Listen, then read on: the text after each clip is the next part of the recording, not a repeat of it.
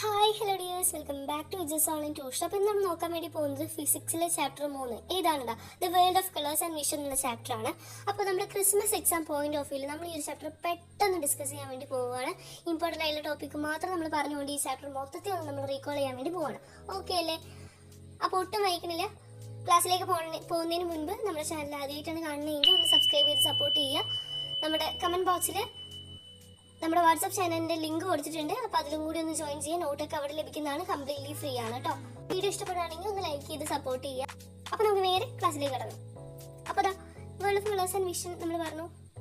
എന്താണ് സംഭവം? നമുക്ക് ഇതിൽ എന്തൊക്കെയോ കളേഴ്സിനെ കുറിച്ച് പറയുന്നുണ്ട്, അതേപോലെ വിഷനെ കുറിച്ചും പറയുന്നുണ്ട്. എന്താ മിസ് ഈ കളേഴ്സ് ആൻഡ് വിഷൻ? അപ്പോൾ നമുക്ക് പെട്ടെന്ന് നോക്കാം. Okay, set. നമുക്ക് ഫസ്റ്റ് തന്നെ കണ്ണിനെ കുറിച്ചാണ് നമ്മൾ ഇതിൽ ഞാൻ പറഞ്ഞു തരാൻ വേണ്ടി പോകുന്നത്. About I.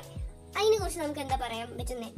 When look at the near or distant object what happens. നമ്മൾ അടുത്തുള്ളതോ ദൂരെയുള്ളതോ ഒരു വസ്തുവിലേക്ക് നോക്കിക്കഴിഞ്ഞാൽ അവിടെ എന്താണ് സംഭവിക്കുന്നത്? എന്താണ്? It adjust curvature, adjust focal length. അവിടെ നമ്മുടെ കണ്ണ് എന്ത് ചെയ്യുന്നുണ്ട്? കർവേച്ചറും നമ്മുടെ ഫോക്കൽ ലെങ്ത്തും എന്ത് ചെയ്യുന്നുണ്ട്? അഡ്ജസ്റ്റ് ചെയ്യുന്നുണ്ട്. ഓക്കെ അല്ലേ? ഇനി അടുത്തതാണ് എന്താണ് പവർ ഓഫ് അക്കോമഡേഷൻ. ഇത് നിങ്ങൾ പഠിച്ചു വെക്കുക, ഡെഫിനിഷൻ പഠിച്ചു വെക്കുക, ചോദിക്കാൻ ചാൻസ് ഉണ്ട് കേട്ടോ. സോ ഇവിടെ എഴുതിയിട്ടില്ല, ജസ്റ്റ് പറഞ്ഞു തരാം. പവർ ഓഫ് അക്കോമഡേഷൻ എന്ന് പറഞ്ഞു കഴിഞ്ഞാൽ ability of the eye to change the curvature of its length and thus its focal length with the help of ciliary muscles. നമ്മുടെ സീലറി മസിൽസിന്റെ ഹെൽപ്പോട് കൂടി നമ്മുടെ കണ്ണ് അതിന്റെ കർവേച്ചറും അതേപോലെ ഫോക്കൽ ലെങ്ത്തും ചേഞ്ച് ചെയ്യുന്നതിനെയാണ് പവർ ഓഫ് അക്കോമഡേഷൻ പറയുന്നത്. കാരണം ഈ സംഭവത്തിനെ ഹെൽപ്പ് ചെയ്യുന്നു. ആര് സഹായിക്കുന്നു? സീലിയറി മസിൽസ് നമ്മളെ സഹായിക്കുന്നു. അപ്പോൾ അതിനെയാണ് നമ്മൾ എന്തെന്ന് പറയാ? പവർ ഓഫ് അക്കോമഡേഷൻ എന്ന് പറയാം. ഓക്കെ അല്ലേ?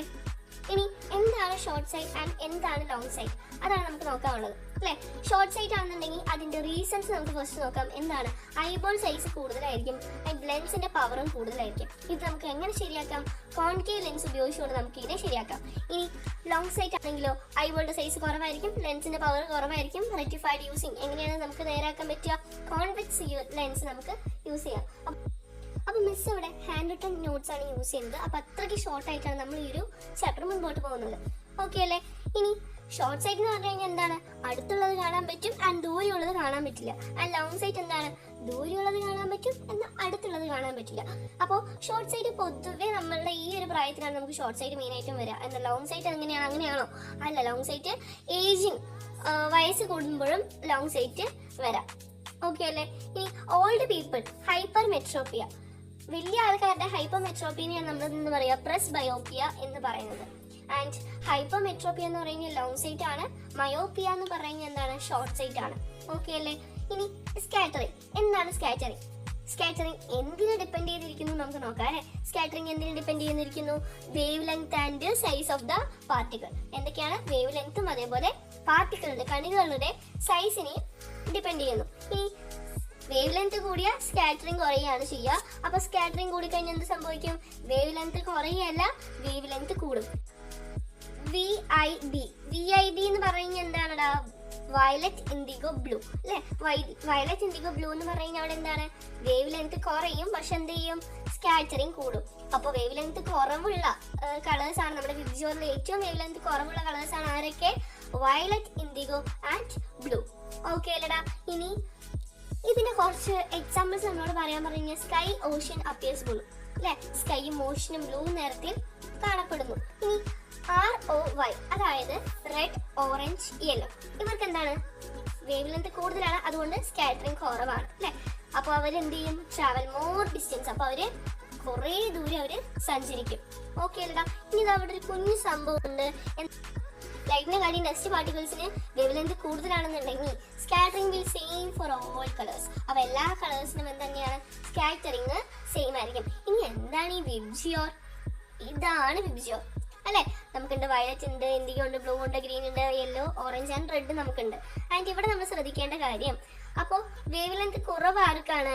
വയലറ്റിന് എന്താണ്? വേവ് ലെങ്ത് കുറവാണ്. റെഡിന് വേവ് ലെങ്ത് കൂടുതലാണ്. ഓക്കെ അല്ലടാ? Natural phenomenon can be explain in scattering. സ്കാറ്ററിംഗിന്റെ നാച്ചുറൽ ഫിനോമിനൻ നമുക്ക് എങ്ങനെയൊക്കെ എക്സ്പ്ലെയിൻ ചെയ്യാം? എങ്ങനെയൊക്കെ? Reddish colour of sky during sunrise and sunset. സൺറൈസിനെയും സൺസെറ്റിനെയും സമയത്ത് ആ ഒരു സ്കൈ മൊത്തം റെഡ് കളർ ഇരിക്കുന്നതെന്ന് നമുക്ക് പറയാം. ബ്ലൂ കളർ സ്കൈ, നമ്മുടെ നോർമൽ ആകാശം നീല നിറത്തിൽ, ബ്ലൂ കളർ ഓഫ് ഓഷ്യന്റെ നീല നിറം. ഇനി എന്താണ് ടിൻഡൽ എഫക്റ്റ് എന്നാണ് നമുക്ക് നോക്കേണ്ടത്. റീസൺ എന്താണ്? Scattering of light. അപ്പൊ എന്തെങ്കിലും നമുക്ക് ടിൻഡൽ എഫക്റ്റുമായി റിലേറ്റ് ആയി നമുക്ക് എന്തെങ്കിലും ക്വസ്റ്റ്യൻ തന്നിട്ട് അതിന്റെ റീസൺ എന്താണെന്ന് ചോദിച്ചാൽ നമുക്ക് എന്ത് പറയാം? സ്കാറ്ററിംഗ് ഓഫ് ലൈറ്റ് എന്ന് പറയാം. ഇനി എന്താണ് Tyndall effect? When light ray pass through colloidal liquid or suspension. Colloidal liquid എന്ന് പറഞ്ഞാൽ ഒരു കഞ്ഞിവെള്ളം പോലത്തെ ഒരു ലിക്വിഡാണ്. അതിനകത്ത് ദേ ഗെറ്റ് സ്കാറ്റേഡ്. അപ്പൊ അവർ അതിനകത്ത് കിടന്ന് സ്കാറ്റേഡ് ആവും. അതുകൊണ്ട് tiny particles to become illuminated. അപ്പൊ അവിടുത്തെ ആ ചെറിയ പാർട്ടിക്കിൾ ഇല്ലുമിനേറ്റഡ് ആവുന്നു. അപ്പോൾ നമ്മുടെ ലൈറ്റിന്റെ പാത്ത് അല്ലെങ്കിൽ ലൈറ്റ് ബീം അവിടെ വിസിബിൾ ആവുന്നു. ഓക്കെ അല്ലേ? ഇനി ലൈറ്റ് പൊല്യൂഷനെ കുറിച്ചാണ് നമുക്ക് പറയാനുള്ളത്. എന്താണ് ലൈറ്റ് പൊല്യൂഷൻ? ഇനി നമുക്ക് ഏറ്റവും ബാഡ് ആയിട്ടാണ് നമുക്ക് ആദ്യത്തെ ഇമേജിൽ അല്ലേ. അപ്പൊ അത്രയ്ക്ക് ലൈറ്റ് ഇവിടെ ചുറ്റിനുണ്ട്. നമുക്ക് അതുകൊണ്ട് ഇവിടുത്തെ സ്റ്റാർസ് ഒക്കെ ഒന്നും കാണത്തില്ല. പക്ഷെ ഇത് സ്റ്റാർ കൊടുത്തിട്ടുണ്ട്, ശരിക്കും സ്റ്റാർസ് ഒന്നും കാണില്ല. ഇനി ഇതെന്താണ്? ബാഡ് ആണ്. ഇത് പിന്നെയും കുഴപ്പമില്ല. ഇതാണ് ഏറ്റവും നല്ലത് അല്ലേ. അപ്പോൾ ഇതിന്റെ കോസസ് റീസൺ എന്തൊക്കെയാണ്? എക്സസീവ് യൂസ് ഓഫ് ലൈറ്റ്, ആവശ്യമില്ലാതെ നമ്മൾ ലൈറ്റ് യൂസ് ചെയ്യാം. പിന്നെ ഡെക്കറേറ്റീവ് ലാംപ്സ്, ആവശ്യമില്ലാതെ നമ്മൾ കുറേ ഡെക്കറേഷൻ യൂസ് ചെയ്യാം. Light using high intensity of light ഉപയോഗിക്കുന്നത് പോട്ടെ, അത് ഭയങ്കര ഇന്റൻസിറ്റിയോട് കൂടി ഉപയോഗിച്ച് കഴിഞ്ഞാൽ അതും പ്രശ്നമാണ്. ഇനി ഇതൊക്കെ എന്തിനൊക്കെ അഫക്റ്റ് ചെയ്യുന്നു? Sky washing become impossible. അപ്പോൾ രാത്രി സ്കൈ വാഷിംഗ് ഇമ്പോസിബിൾ ആണ്. ആൻഡ് മൈഗ്രേറ്ററി ബേർഡ്സ് അവരുടെ പാത്ത് അല്ലെങ്കിൽ അവരുടെ ആ ഒരു എന്താ പറയുക സഞ്ചാരം മിസ്ലീഡ് ചെയ്യുന്നു. It will affect physical and mental health. നമ്മുടെ ഫിസിക്കൽ ആൻഡ് മെന്റൽ ഹെൽത്തിനെ ഇത് ബാധിക്കുന്നു. ഇനി അടുത്തതാണ് റെയിൻബോ. റെയിൻബോയിൽ എന്തൊക്കെ നടക്കുന്നു? രണ്ട് റിഫ്ലക്ഷൻ നടക്കുന്നു, ഒരു ഇന്റർണൽ റിഫ്ലക്ഷൻ നടക്കുന്നു, ആന്റി ഡിസ്പേർഷൻ നമുക്കവിടെ നടക്കുന്നുണ്ട്. ഓക്കെ അല്ലേ? റെയിൻബോ എപ്പോഴാണ് നടക്കുക? രണ്ട് ഡ്രോപ്ലെറ്റ് ഉള്ള ടൈമിലാണ് അവിടെ നിന്ന് നടക്കുക, റെയിൻബോ നടക്കുക. ഓക്കെ അല്ലേ? അപ്പൊ ഇവിടെ നമുക്ക് വൈറ്റ് ലൈറ്റ് പോകുന്നുണ്ട്, അതേപോലെ റെഡും വയലറ്റും ആയിട്ട് മാറുന്നുണ്ട്. അപ്പൊ സൺലൈറ്റിൽ നിന്നും നമ്മളിതാ ഫസ്റ്റ് നമുക്കിവിടെ റെഡും വയലറ്റും ആണ്. അത് പക്ഷെ ഒറ്റ ഡ്രോപ്ലെറ്റ് ആയതുകൊണ്ട് അത് നേരെ തിരിഞ്ഞു വരുന്നു. എന്തുകൊണ്ടാണ്? ഒരു റിഫ്ലക്ഷനും ഒരു ഇന്റേണൽ റിഫ്ലക്ഷനും ഇവിടെ നടക്കുന്നുള്ളൂ. ഇനി അടുത്തത് ഇലക്ട്രോ മാഗ്നറ്റിക് സ്പെക്ട്രം. അപ്പൊ നമുക്ക് വയലറ്റിനെയും അൾട്രാ വയലറ്റിനെയും ഡിഫറൻസ് ആണ്. ഭയങ്കര A+ ക്വസ്റ്റ്യൻ ആണ് കേട്ടോ. അത് A+ ക്വസ്റ്റ്യൻ ആണ്, നോക്കി വെക്കാം. ഇനി വയലറ്റ് എന്ന് പറയുന്ന നേരത്ത് അതെന്താണ്? വിസിബിൾ ആണ്, വേവ് ലെങ്ത് കൂടുതലാണ്, സ്കാറ്ററിംഗ് കൂടുതലാണ്. ആൻഡ് അൾട്രാ വയലറ്റ് എന്താണ്? ഇൻവിസിബിൾ ആണ്, വേവ് ലെങ്ത് കുറവാണ്, സ്കാറ്ററിംഗ് കൂടുതലാണ്. ഇനി പ്രിസത്തിനെ കുറിച്ച് നമ്മൾ പറയുകയാണെന്നുണ്ടെങ്കിൽ അവിടെ എന്താ നടക്കുക നോക്കടാ. ഇതൊരു പ്രിസമാണ്, ബേസ് പ്രിസമാണ്.